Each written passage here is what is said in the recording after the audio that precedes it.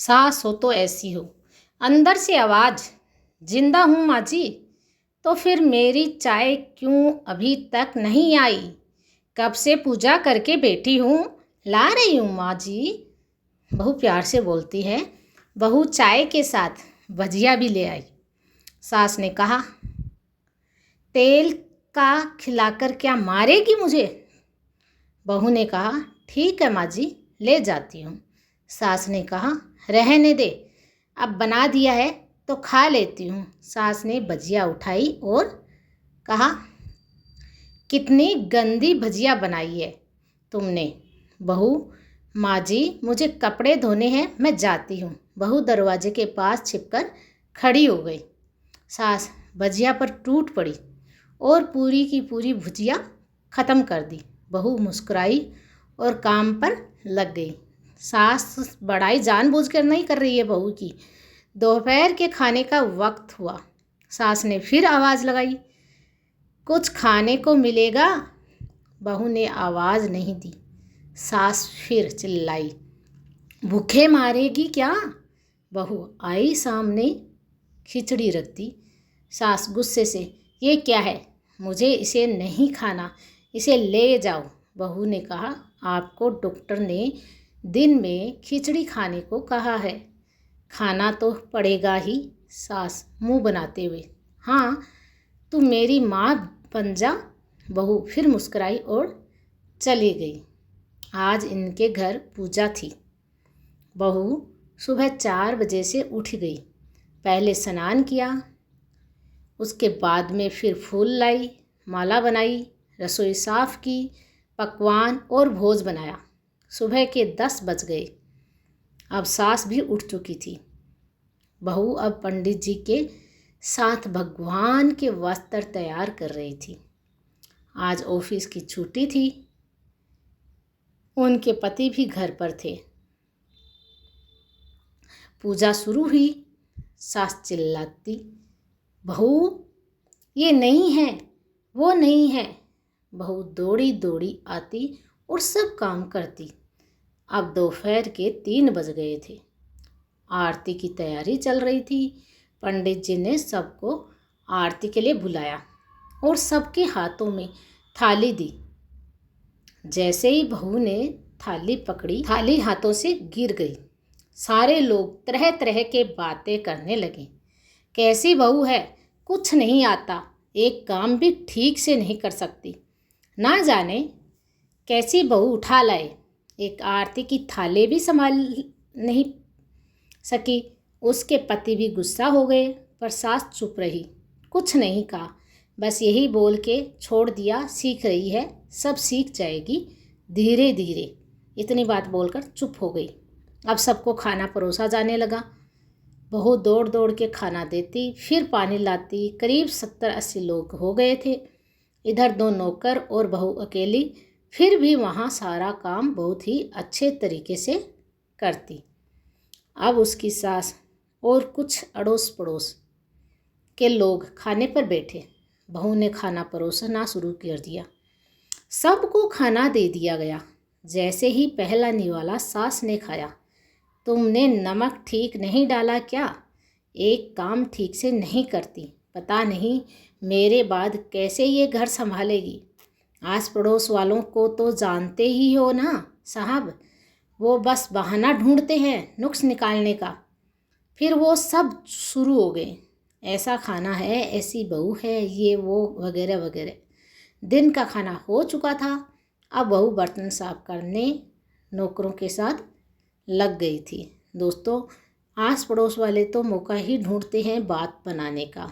अब देखिए उसकी सास ने आगे क्या किए हैं। ऐसा क्या हुआ था, रात में जगराता का कार्यक्रम रखा गया था। बहू ने भी 1-2 गीत गाने के लिए स्टेज पर चढ़ी। सास जोर से चिल्लाई, मेरी नाक मत कटा देना, गाना नहीं आता तो मत गा, वापस आ जा। बहू मुस्कुराई और गाने लगी। सबने उसके गाने की तारीफ की, पर सास मुंह फुलाते हुए बोली, इससे अच्छा तो मैं गाती थी जवानी में, तुझे तो कुछ भी नहीं आता। बहू मुस्कुराई और चली गई। अब रात का खाना खिलाया जा रहा था। उसके पति के ऑफिस के दोस्त साइड में ही ड्रिंक करने लगे। उसका पति चिल्लाता, थोड़ा बर्फ़ लाओ।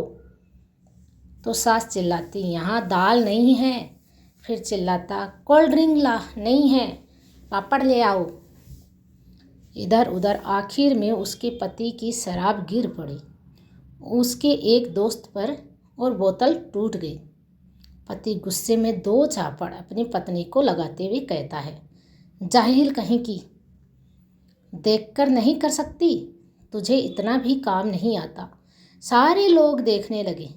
उसकी पत्नी रोते हुए कमरे की तरफ दौड़ी। फिर उसके दोस्तों ने कहा, क्या यार, पूरा मूड खराब कर दिया। यहाँ नहीं बुलाया होता, हम कहीं और पार्टी कर लेते। कैसी अनपढ़ गंवार बीवी ला रखी है तूने। उसे तो मेहमानों की इज्जत और काम करना तक नहीं आता। तुमने तो हमारी बेइज्जती कर दी। ऐसे उनके दोस्तों ने कहा था, क्योंकि दोस्त और आस पड़ोस ज़रूरी नहीं है कि आपका घर बनने देंगे क्या दोस्तों। चलिए अब आगे शुरू करते हैं। अब आस पड़ोस की औरतों को और बहाना मिल गया था। वो कहने लगी, देखो क्या कर दिया तुम्हारी बहू ने, कोई काम की नहीं है। मैं तो कहती हूँ अपने बेटे की दूसरी शादी करा दो, छुटकारा पाओ इस गंवार से।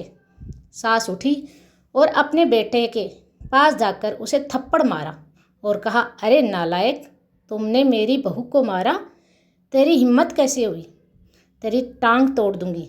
उसके बेटे के दोस्त कुछ कहने ही वाले थे कि उसकी माँ ने घूरते हुए कहा, चुप, बिल्कुल चुप। यहाँ दारू पीने आए हो, जबकि पता है आज पूजा है और तुम्हें पार्टी करनी है। कैसे संस्कार दिए हैं तुम्हारे माता पिता ने। और किसने मेरी बहू को जाहिल बोला, ज़रा इधर आओ, चप्पल से मारूंगी अगर मेरी बहू को किसी ने शब्द भी कहा तो। अरे पापी, तूने उस लड़की को बस इसलिए मारा कि तेरी शराब टूट गई।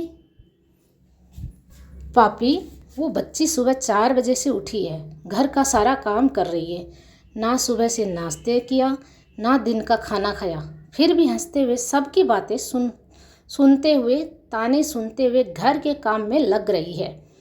तेरे यार दोस्तों को वो अच्छी नहीं लगी, जूते से मारूंगी तेरे दोस्तों को। जो कभी उन्होंने ऐसा कहा, उसके यार दोस्त चुपके से खिसक गए। अब सास बहू के कमरे में गई और बहू का हाथ पकड़कर बाहर लाई। सबके सामने कहने लगी, किसने कहा था अपनी बहू को घर से निकाल के दूसरी बहू ले आना, ज़रा सामने आओ। कोई सामने नहीं आया।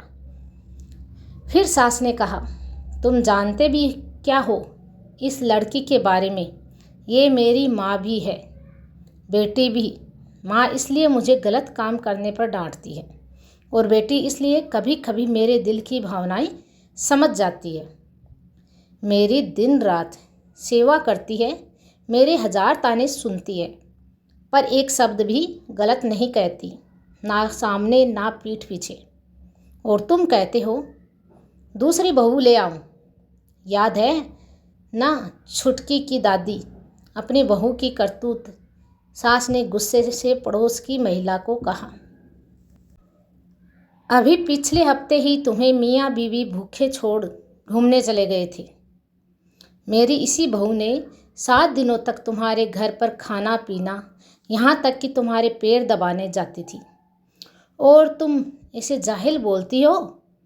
जाहिल तो तुम सब हो जो कोयले और हीरे में फ़र्क नहीं जानते।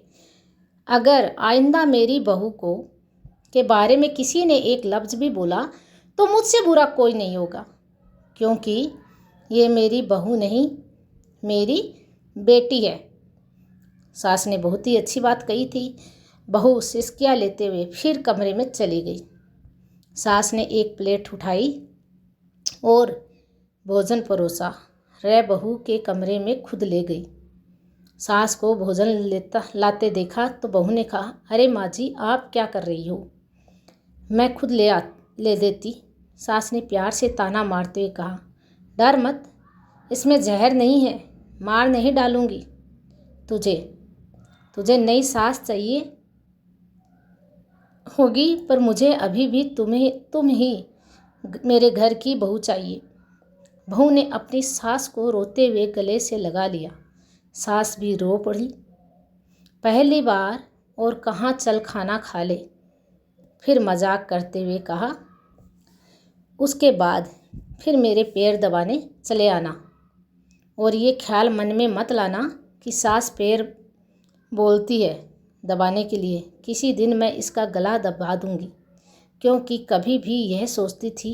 दोनों खूब हंसने लगी। तो दोस्तों, सास बहू का रिश्ते में कड़वाहट होती है, लेकिन प्यारा भी होता है। वो आपने देखा भी है और सुना भी होगा। चलिए एंडिंग की एक लाइन और बताती हूँ कि रिश्ते में क्या होता है। कुछ रिश्ते बहुत मीठे होते हैं, बस बातें उसकी कड़वी होती हैं।